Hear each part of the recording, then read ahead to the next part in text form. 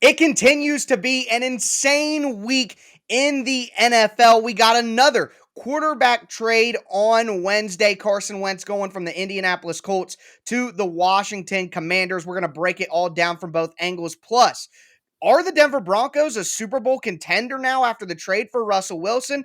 And who is better set up for the future? The Green Bay Packers, now that Aaron Rodgers is back in the fold, or the Denver Broncos, now that Russell Wilson is in tow? We're breaking it all down and much more on a Thursday edition of the Locked On NFL podcast.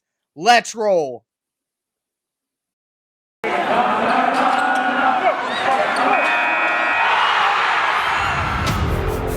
You are Locked On NFL, your daily NFL podcast. Part of the Locked On Podcast Network, your team every day.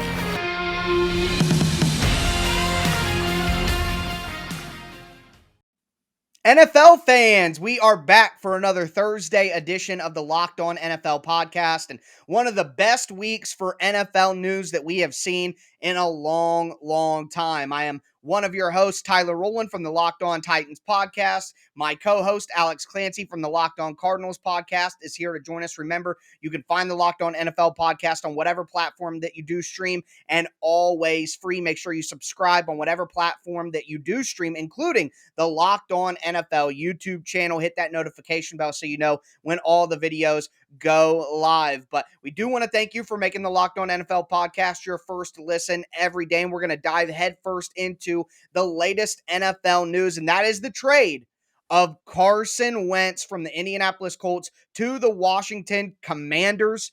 Still feels weird to say that, but we will find our way around it. But just to lay out the parameters here, Carson Wentz and a 2022 second-round pick go to the Commanders. The Indianapolis Colts get back a 2022 second-round pick, so a second-round pick swap there. They also get a 2022 third-round pick, and then in 2023, they have to give up a third-round pick that will turn into a second-round pick if Carson Wentz plays 70% of the snaps or more, so very similar to the conditional type of pick that Philadelphia had given over to Indianapolis, or Indianapolis ended up giving to Philadelphia. So at the end of the day, that's the trade. But getting to it, number one, Alex, who won this deal?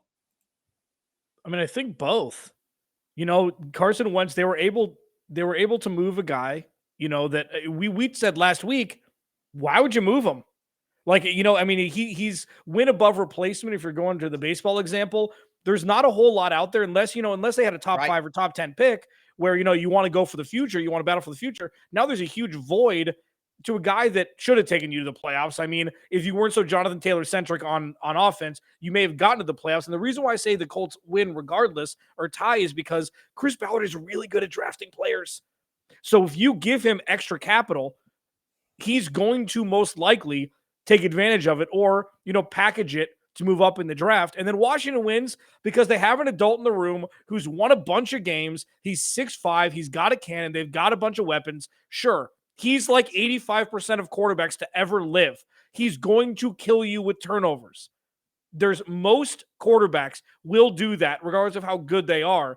And then you group in, you know, the Phillip Rivers is, and the guys like Jimmy Garoppolo, guys like that are like humming. And then how do you throw that pick? That's in the Carson Wentz land, but I still think he's the best quarterback they've had since RG3's second year. Like, they haven't had good quarterback play there for a long time. So I think both win. And I know it's kind of a cop-out, but in this instance, I do think both sides win in this. Well, I got to tell you, I don't think it's a cop-out. I just think it's wrong. I think both of these teams lose. I think Washington, when you look at the Teddy Bridgewater trade last year, it was a 6th-round pick, and, Carolina had to take some of the money. Now, Carson Wentz, Washington pays the full amount, and they have to give up more picks for a guy who I don't think is really that much better than Taylor Heineke. I know you are on the Taylor Heineke train. I don't think this is any kind of massive upgrade for Washington. And my thing is, there's no guaranteed money on Carson Wentz's deal going forward. So if you're going to spin this positive for Washington, It's simple. Hey, we're kicking the can 1 year, see what we can get out of Wentz, see what could happen. But why would you pay $28 million and give up picks for a kick the can down the road guy when you could get Andy Dalton, you could get Jameis Winston, you could get Teddy Bridgewater, all guys that I don't think are a significant difference from Carson Wentz. And when you all of the noise that's coming out about Wentz, the same stuff we heard from Philadelphia, not a good leader, doesn't take coaching well. Plus, you add in the mind-blowing, mind-bending turnovers on the field. I just don't see why Washington gave up picks to get this bridge quarterback. I think Washington needs to take a quarterback in the first round of the draft, whichever one they like at their pick. So you're going to have a guy who's a bridge quarterback. You don't spend a third-round pick and a second-round pick potentially in next year's draft on a guy who probably won't even be on your team by the time that draft comes around. It's the same mistake that Indy just made. I just think it's illogical. When Indy, you're going to replace Carson Wentz with Jimmy Garoppolo, who in a vacuum, Jimmy Garoppolo is a better player than Carson Wentz. I do believe that. Similar tiers, but a better player. But on the Indianapolis Colts, with a diminishing offensive line, that's not what it was a couple of years ago, with a mediocre cast of weapons outside of Jonathan Taylor and Michael Pittman, is Jimmy Garoppolo going to be able to be mobile and make second reaction plays and do all the things that are decent parts of Carson Wentz's game? No, he's going to give you none of the mobility, none of the second reaction plays, and he's going to be just as turnover prone. And you're going to have to spend right around the same money for Jimmy Garoppolo that you would have paid for Wentz, and you're going to have to give up draft capital to get Jimmy Garoppolo. And if they don't do that, and they go with a rookie or they go with a free agent on the market, well, then the team is obviously not better than they were last year. So I don't see how I think Indianapolis got worse here, and they're probably going to end up with Jimmy G. So I'm sorry that I'm using that as a conclusion here, but I don't see how Indianapolis got better, and Washington didn't get any better either. So I just think both teams lose, and neither of them got that much better from this move. Okay, the reason why I said Indy wins is because they didn't want to keep Carson Wentz and they got something for him. The reason why Washington wins is because if he plays 70% of the games, which he did this year, even though it didn't seem like he was going to start the season, they're going to get a second-round pick next year. So they're not giving up that much for a guy. They didn't have to give up a first, okay, which is I'm sure what the asking price from Indy was initially. They gave up a couple pieces, okay. Draft picks are a crapshoot to begin with. Now, and I know that's they could have given up nothing for a player who's pretty much just the same as Carolina. Give up nothing. Carolina gave Teddy Bridgewater $60 million. Okay, so they paid it a different way. Okay, they paid it a different way. Now, my question is Ryan Fitzpatrick dead? I think he's probably. Would you rather have Ryan Fitzpatrick or Carson Wentz? Let me ask you that as we're about to go to break. Let's elongate this for 2 minutes. If you want to move out for just next season, because this is just the next season thing, and say the draft pick next year in 2 years wasn't predicated upon how much he played or whatever. If you're Washington, would you rather have the bearded magician who's going to crush your soul after you? Both of them are bearded magicians who will crush your soul. They both are. But Ryan Fitzpatrick is, at least Ryan Fitzpatrick is lovable. Yeah, he's lovable by his teammates everywhere he's gone. He's been lovable. Would you rather have Ryan Fitzpatrick or Carson Wentz for 1 year? In a vacuum, Carson Wentz is certainly the better player. There's no way around that. But for what Washington just had to pay to get Carson Wentz with his price tag on the cap, and you could get Ryan Fitzpatrick back for $5-8 million, something like that. If you take into account the price tag and what you're going to pay to have the guy, I'd rather have Fitzpatrick, and I'd rather roll with Taylor Heineke or Kenny Pickett or Malik Willis or Matt Corral. Or I just don't think Washington wanted to get a real quarterback, and to go from making offers for Russell Wilson to ending up with Carson Wentz is not a win. And I can't categorize it as anything that Washington got better. And my last thing, I know that you talked about Chris Ballard, but Chris Ballard's barely above 500 in his record. He's had a different starting quarterback 6 years in a row in Indianapolis. He got Andrew Luck. What do you want from him? I want him to be as good as the media says he is. He's got one playoff win.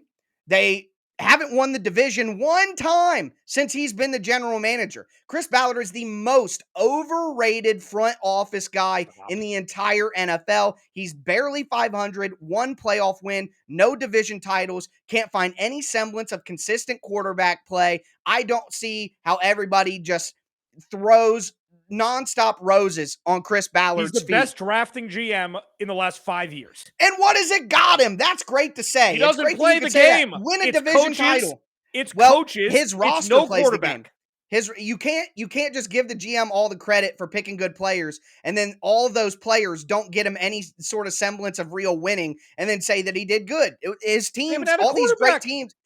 That's his fault, though. That is his fault. He Kind picks of. the quarterbacks. He puts them together. So I just think Chris Ballard is a little overrated, and we can talk about this at another time. But either way, great discussion there. A big blockbuster move. It's just been an incredible week in the NFL, and we're going to talk about some of the other incredible stories that have come out earlier this week, like Russell Wilson to the Broncos. A lot of people are anointing the Denver Broncos, and I guess is my role on the day's show. I'm going to throw a little bit of water on that blazing fire. Before we get into it, though, do want to tell you guys about betonline.net. It is that time of year again, folks. College basketball's tournament is finally upon us. For all the latest odds, contests, and player props, betonline.net is the #1 source for all your sports betting needs and info. BetOnline remains the best spot for all your sports scores and news this season. It's not just basketball either. BetOnline is your continued source for all your sports wagering information needs, including live betting and your favorite Vegas casino games. Head to their website today or use your mobile device to learn more about all the trends and all the action. Bet online, where the game starts.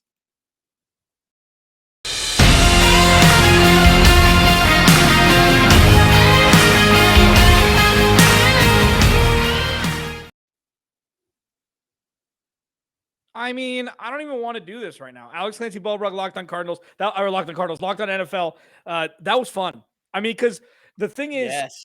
and for Cardinals and Titans fans who happen to be checking this out, be happy. I do give Ryan Tannehill a lot of crap because I think a lot of his success is predicated upon the success of Derrick Henry, but you still have to execute as a quarterback, and that's what Ryan Tannehill has done after being a wide receiver in college, switching to quarterback in college, and then doing what he's doing after leaving the cage that Adam Gase put him in. What he's done in Tennessee, it needs to be lauded. Same with Kyler Murray on his current trajectory, because look at what the rest of the NFL has to deal with. Now, on to somebody that's actually, solidified themselves as a Super Bowl winning quarterback by doing it and not having the backup do it. Russell Wilson. Russell Wilson was traded for 1,000 draft picks and 48 players to the Denver Broncos yesterday. Okay, or 2 days ago. Now, we're going to talk about this in two ways. We're going to talk about Russell Wilson specifically and the Broncos here, and then we're going to talk about Aaron Rodgers versus Russell Wilson. Which team is in a better spot for the next couple of seasons? Because Aaron Rodgers' contract is set to where he can pretty much get out of it whenever he wants. Russell Wilson's only under contract for 2 more years. So both of these teams sacrificed a lot, one financially, one future-wise, to land the players they did. Starting with Russell Wilson, I think anywhere Russell Wilson goes is a home run because he's Russell Wilson. He's kind of a goober, but he's the guy that you want in the huddle, unless it's at State Farm Stadium on 2nd and goal, throwing the ball to Malcolm Butler. Like, you want him in the huddle. You want him leading your team, especially a young receiving core and a young running back with a pretty good offensive line and a young, hungry, sexy defense. Like, I think that there couldn't have been better places for Russell Wilson to end up. And I could almost say that Russell Wilson is a better fit in Denver than Aaron Rodgers would have been if they would have traded him there.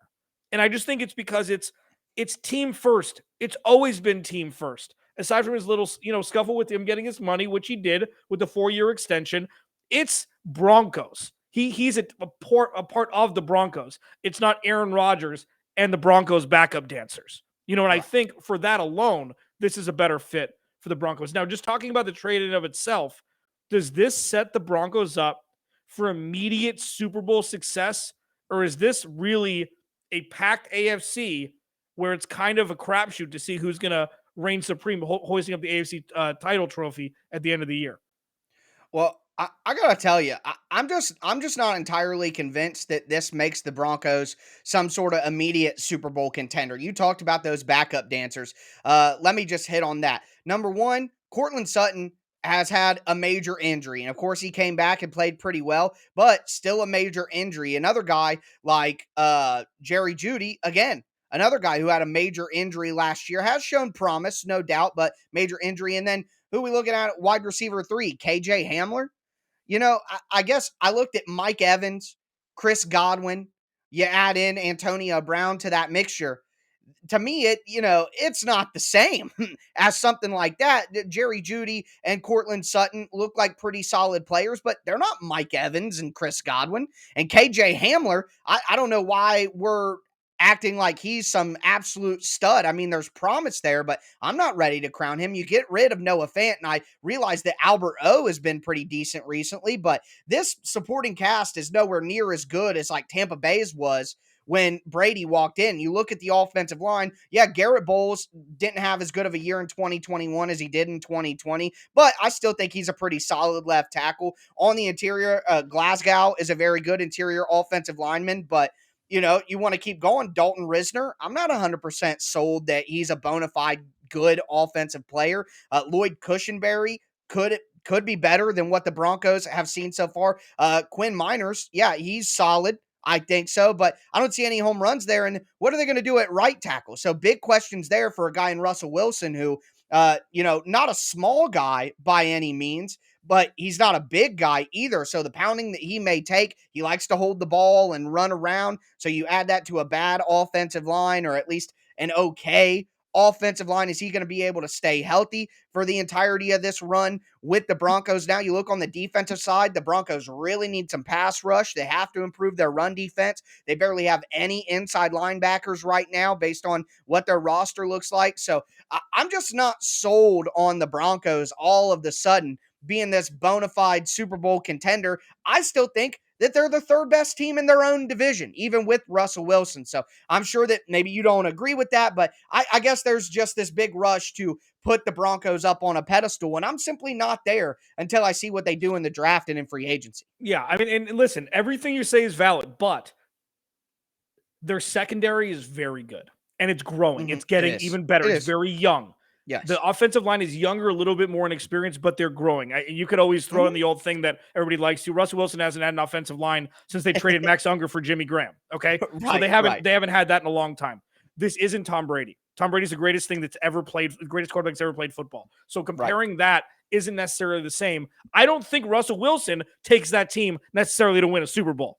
I think that was more about Tom Brady, just the basis, and having Leonard Fournette and 38 running backs and Gronk and the whole thing, like, regardless, okay?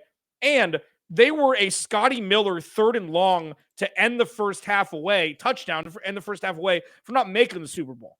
Tom Brady was. Okay, so that, like, it's revisionist history a little bit. Russell Wilson ain't that. He hasn't been, since the start, the first half of the 2020 season, let Russ cook, I'm going to throw up. Stop it. No more of that. Okay? No more of that. Where he was just he hasn't been that great.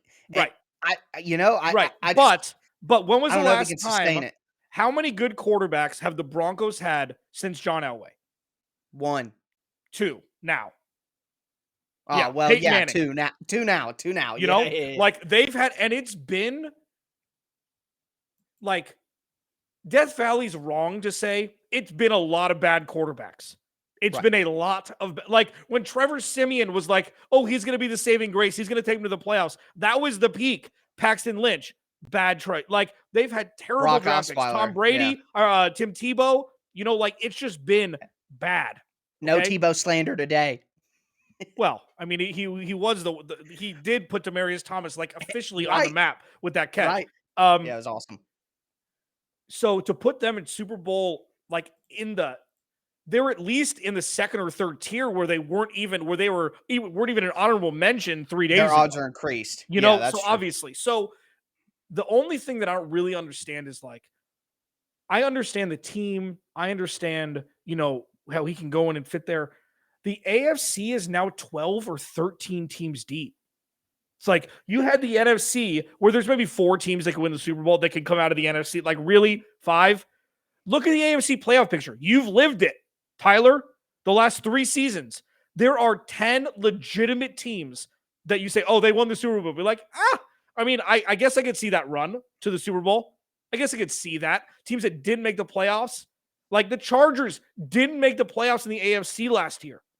Like, that's how deep that conference is. So for Russell Wilson, it's like, I get it, but it's going to be a supremely more difficult way to maneuver through, especially with a young core, as you mentioned, the receivers. Alex Clancy, locked on Cardinals. Tyler Rowland, locked on Titans. We've hit Russell Wilson.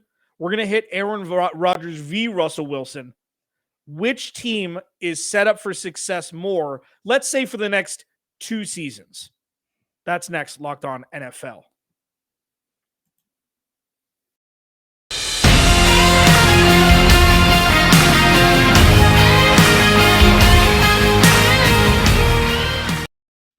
All right, NFL fans, we are going to cap off this Thursday edition of the Locked On NFL podcast, talking about the futures of the 2 teams that acquired or reacquired big-time quarterbacks with the Green Bay Packers and the Denver Broncos. Before we do that, I want to thank you guys again for making the Locked On NFL podcast your first listen every day. As for your second listen, you're getting your NFL news here. Now it's time to focus on the draft, so check out the Locked On NFL Draft podcast, hosted by Ryan Tracy and former NFL cornerback Eric Crocker. It's free and available on all platforms. Check out the Locked On NFL Draft podcast.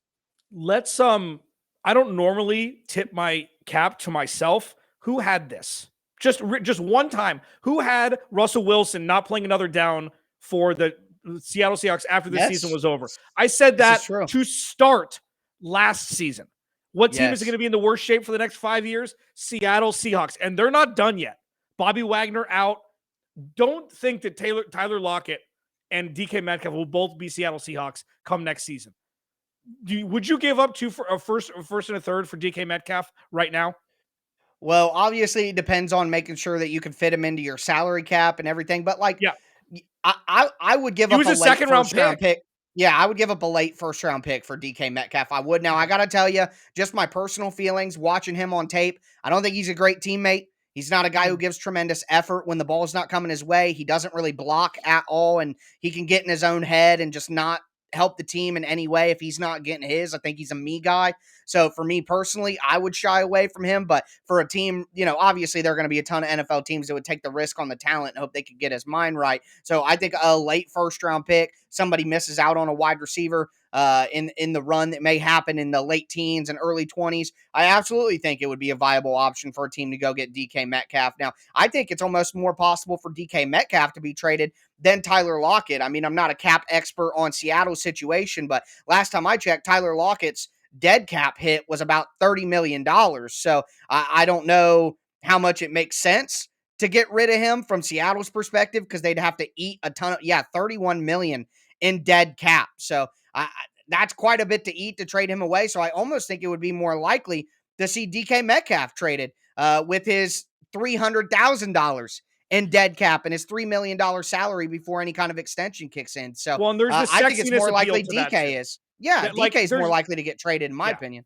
Like the diva wide receiver part that comes with it. Nobody knows where Tyler Lockett is on the field except for Russell Wilson. I don't know what.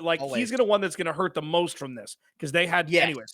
As we continue, sorry about that. But great job. You called the Seahawks demise. I'm going to give you some snaps for that. I love snaps. Oh yeah, I love snaps. All right. So what are we doing here? Aaron Rodgers. Okay. $2 billion.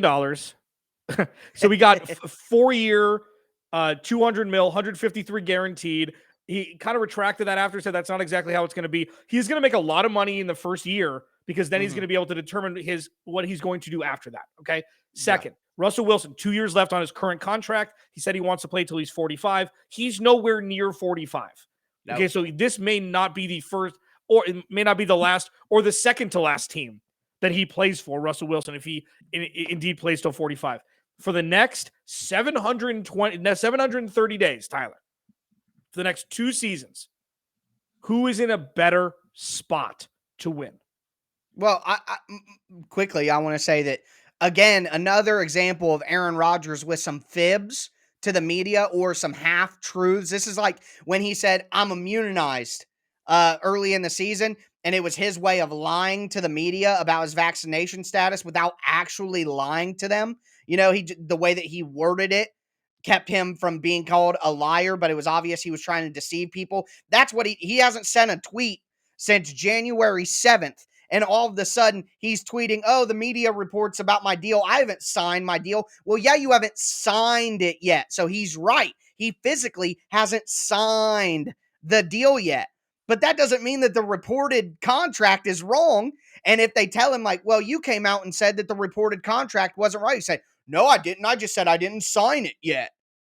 It's just Aaron Rodgers nonsense. Oh, Russell Wilson got traded. Look at me. I'm going to tweet out this ambiguous statement that's a half truth and blah, blah, blah.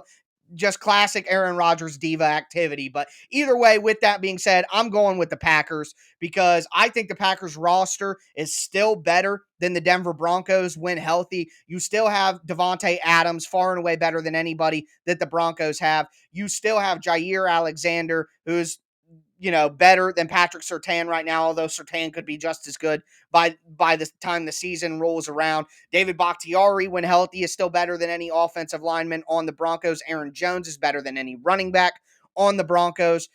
So I personally just think that the Packers have a better roster and are still a better team. And I think Aaron Rodgers is a better quarterback than Russell Wilson still. I trust Matt LaFleur more than I trust Nathaniel Hackett. And I think the Packers, and not to mention the NFC now, is significantly weaker than it was before, and the AFC is significantly tougher than it was before. Rodgers plays in a way less division. I think the Packers are definitely my answer for who has a better chance of winning a Super Bowl in the next 2 years. Who do you trust to win one game, Russell Wilson or Aaron Rodgers? Of consequence. In a vacuum, Russell Wilson. Yeah. So yeah. The answer is Aaron Rodgers, but I asked that to say this. He is the most overrated best player ever in football. Right. Like, can't take away from his greatness, but you can be great and you can be overrated. Aaron Rodgers is 100% the most overrated great football player ever. Because what do you get paid the big bucks to do? Ask Peyton Manning before he won a Super Bowl. He was so maligned. He was 8-9 in the playoffs. Mm-hmm. Like, why is he making all this money? Aaron Rodgers gets a pass because there's no owner. There's a fan base that's rabid regardless. He's eviscerated that fan base. He doesn't deserve that fan base for everything he's put them through. He's won how many important games since they made the Super Bowl and won it? How many? Zero games. And you know what? Sometimes it takes. Well, the game against the Cowboys, he won the game against the Cowboys. That was a 33-yard pass down the sideline to Jaron Cook. Okay, that's what won that. And Mason Crosby won that game for them. He made that 33-yard pass. Okay, it was the Jeff Janis 4th and 20 from the goal line, and then throwing the touchdown. They lost in overtime. Okay, Aaron Rodgers has not won an important game since they won the Super Bowl, and he's getting paid like he's won 6. So just to spite him, I will say Russell Wilson, because I trust Russell Wilson to win one game when everything's on the line more than I do Aaron Rodgers. And that's not a far-fetched statement. Tell me the last important game that he's won. I'll wait. It's the Cowboys game in the playoffs, the Dez caught it game. That's the last big game that I can think of off the top of my head. So, I mean, that's a valid point. And Russell Wilson, definitely one of the more clutch players when he gets an opportunity to be clutch, and maybe being on a much better team and a much better roster will give him more opportunities to prove that. But what a crazy week in the NFL. What a great week of NFL news. Make sure that you check out the Locked On NFL podcast on Friday when Chris Carter and your boy Q are going to be breaking down all the latest news as well. Probably be more fireworks by then, but that's going to do it for us today. I am Tyler Rowland, host of Locked On Titans, with Alex Clancy, host of Locked On Cardinals. We will be back with you guys next Thursday.